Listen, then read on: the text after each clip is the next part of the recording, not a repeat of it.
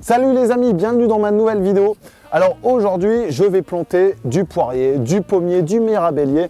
Vous allez voir, c'est très simple. Je vous explique les différentes opérations à effectuer entre le moment de fosse de plantation, le pralinage et les futurs entretiens effectués. Tout ça, ça se passe dans ma vidéo. Alors c'est parti! Ah, j'ai hâte de te manger, toi.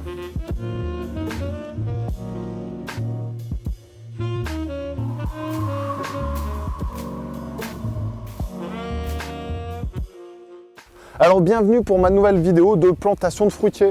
Donc comme je vous le disais, j'ai reçu différents fruitiers, donc des poiriers, des pommiers, des mirabelliers, des pêchers aussi. Là ils sont sur le côté et même déjà plantés pour certains. Donc on va les planter pour en avoir dans quelques années. Vous allez voir, c'est pas bien compliqué.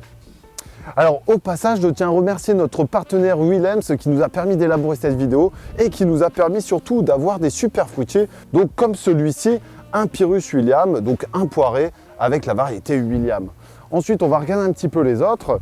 Donc, on va commencer par celui-ci, donc qui est un autre poirier. Donc là, ici, c'est la variété Bon Chrétien, donc parfait, c'est une poire que j'adore. Et enfin, donc le Golden Delicious pour le pommier et un mirabellier de Nancy. Alors la première chose à savoir lorsque l'on va faire une plantation d'un arbuste, d'un arbre ou alors de fruitier comme ça va être mon cas là aujourd'hui, c'est de voir un petit peu le potentiel, l'espace, l'encombrement que ça va avoir d'ici quelques années. Donc là je vais reposer tout ça. Alors dans mon cas, le poirier que je vais planter à cet endroit-là est un variété demi-tige. Donc c'est un sujet qui fera environ 4 mètres par 4. Si c'était le pommier, ça ferait 4 mètres par 6. Donc on va faire attention à l'encombrement que ça va générer. Cependant, dans mon cas, on est sur un jardin en permaculture et je souhaite forcément optimiser les rendements, créer à la fois des strates hautes et des strates basses qui va me permettre justement de récolter des fruits un petit peu partout et tout le long de l'année. Donc forcément, mon espace ici va être réduit. Donc l'idée principale, ça va être d'amener le végétal à se développer vers le côté sud et de laisser la partie nord dégagée pour justement produire des cultures en sous-bassement, on va dire ça comme ça, et des cultures que je vais palisser comme la vigne qui va me permettre à la fois donc d'avoir du raisin, mais aussi des pommes quasiment sur le même espace et sur le même nombre de mètres carrés. Alors c'est parti, on voit pour la plantation.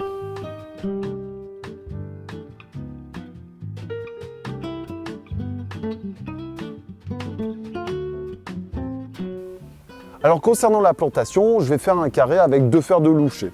Donc c'est-à-dire un ici, un là, 2, 3, qui me permettra d'avoir justement un espace bien ameubli pour la future rhizogénèse, les futures apparitions des futures racines, qui me permettra d'avoir une stabilité au niveau de mon arbre, notamment les premières années où les racines justement commencent à s'implanter. Ensuite en profondeur, vu la taille de mes mottes, on va faire quasiment 1,5 fer en profondeur qui me permettra justement, encore une fois, d'ameublir mon sol et de permettre à mon arbre de se développer au maximum. On peut regarder un petit peu les sujets, donc poirier ou pommier. Alors l'avantage ici de ce sion, donc qui est la forme de mon arbuste, c'est qu'il est en cours de formation. Donc là par la suite on aura les futures charpentières que l'on va édifier, que l'on va ériger en fonction de nos besoins. Donc là ici celui-ci viendrait, allez, on va dire à peu près comme ça. Là pour l'instant j'ai pas encore trop réfléchi mais je sais qu'il vient dans ce coin là. Donc là la première chose à faire ça va être de supprimer ici la partie plastique. Donc, opération effectuée. Maintenant on va regarder un petit peu les racines si elles ne sont pas endommagées. Là ici c'est pas le cas, on a un beau chignon racinaire.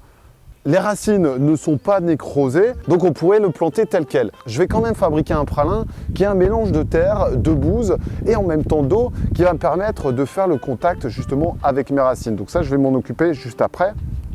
Et on va voir maintenant pour la plantation. Alors le sujet va être comme ça.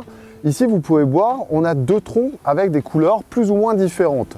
Ici, on a notre point de greffe. Cette partie-là, il ne faut pas du tout l'enterrer au risque justement que le sujet s'affranchisse et qu'on récupère forcément la variété qui est au-dessus, mais avec d'autres caractéristiques techniques que celui de mon porte-greffe. Donc ça, c'est la règle d'or quand on plante un pommier, un poirier ou un sujet greffé. On n'enterre absolument pas le point de greffe. Donc là, ici, mon collet, on va essayer de le faire pour arriver ici, plus les racines. Donc on est bien quasiment à 1,5 fer, voire 2 fers de loucher en profondeur. Alors c'est parti.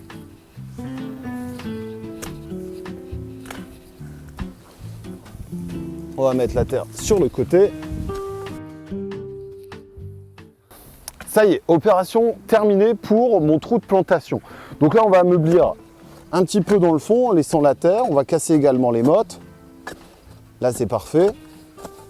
Mon trou est suffisamment grand par rapport à la taille de mes racines. Alors maintenant, on va regarder un petit peu si ça passe. Donc là, les racines sont bien implantées. Le point de greffe est bien au-dessus de la terre, forcément.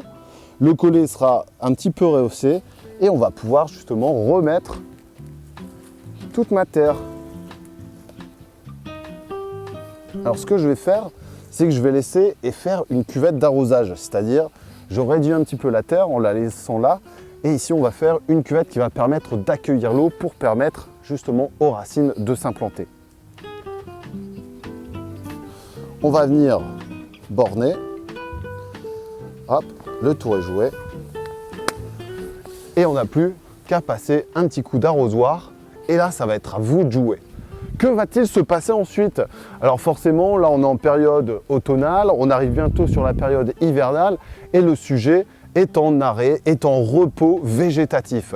Ça veut dire que la sève est redescendue au niveau des racines, qu'il ne se passe rien au niveau du développement du végétal. D'ici quelques semaines à quelques mois, les racines vont commencer à s'implanter, ce qui va permettre justement à l'arbre d'être ancré au niveau du sol. Une fois qu'ils seront ancrés, on va arriver sur la période printanière et estivale où là, on va avoir justement des bourgeons qui vont apparaître, des bourgeons qui vont nous permettre de faire des futures charpentières. On va avoir également quelques boutons à fleurs qui vont nous donner les fameux fruits, donc ici de la poire. Concernant ces boutons, je vous conseille de les supprimer pour la première, voire la deuxième année, étant donné qu'on souhaite justement avoir un végétal qui soit vraiment bien ancré, bien implanté au niveau de son terrain. Et d'ici 2 à 3 ans, de les laisser forcément et de récupérer vos premiers fruits.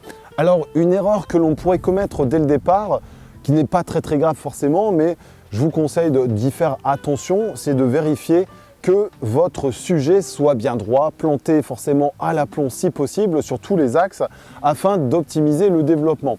Cependant, il faut savoir que si un arbre, à cause du vent ou alors à cause d'un animal ou je ne sais quoi, à cause d'une mauvaise plantation, est incliné, sachez qu'il compense naturellement avec son système racinaire pour justement équilibrer le poids aérien et le poids racinaire. Comme ça fait 0 et il ne tombera pas. Enfin, en dernière étape, forcément pour aider un petit peu au développement, et j'utilise généralement cette méthode-là pendant 1 à 2 années, donc c'est la plantation d'un tuteur à la verticale qui va me permettre justement d'affiner la silhouette de mon végétal. Donc là ici, je peux la poser à la verticale ou alors je pourrais la mettre en oblique face au vent dominant afin d'éviter que mon sujet ne bouge trop. Cependant, le gros avantage justement du vent avec mon sujet, c'est qu'il va casser des petites racines, des petits radicelles qui va permettre de stimuler d'autres racines et donc d'avoir un meilleur ancrage. Parfait, il ne me reste plus qu'à ligaturer. Sachez également que la production de bambou est facile à faire. Vous allez pouvoir retrouver justement comment diviser ces bambous et récupérer ces différentes cannes pour faire des tuteurs. Ici, pour des fruitiers standards ou alors des fruitiers palissés, voire même ces tomates. Donc là, ça va être à vous de jouer. Vous voyez, l'opération est très simple. Moi, ce que je vais aller faire, je vais aller planter mon autre poirier, mon pommier et mon mirabellier Nancy. Comme ça, je vais avoir plein de fruits dans 5 à 10 ans. Ça va être super chouette. On se retrouvera pour d'autres vidéos forcément à ce moment-là pour la cueillette et forcément la consommation de ces fruits. Je vous dis à très bientôt. N'hésitez pas à découvrir mes autres vidéos sur ma chaîne, sur la plantation, sur l'entretien de ces cultures, sur la serre, que faire au mois de novembre. Enfin bref, il y a tout un tas de choses à faire. Et également me retrouver sur les réseaux sociaux, Instagram, Facebook et Twitter. Allez, je vous dis à très bientôt les amis. Salut!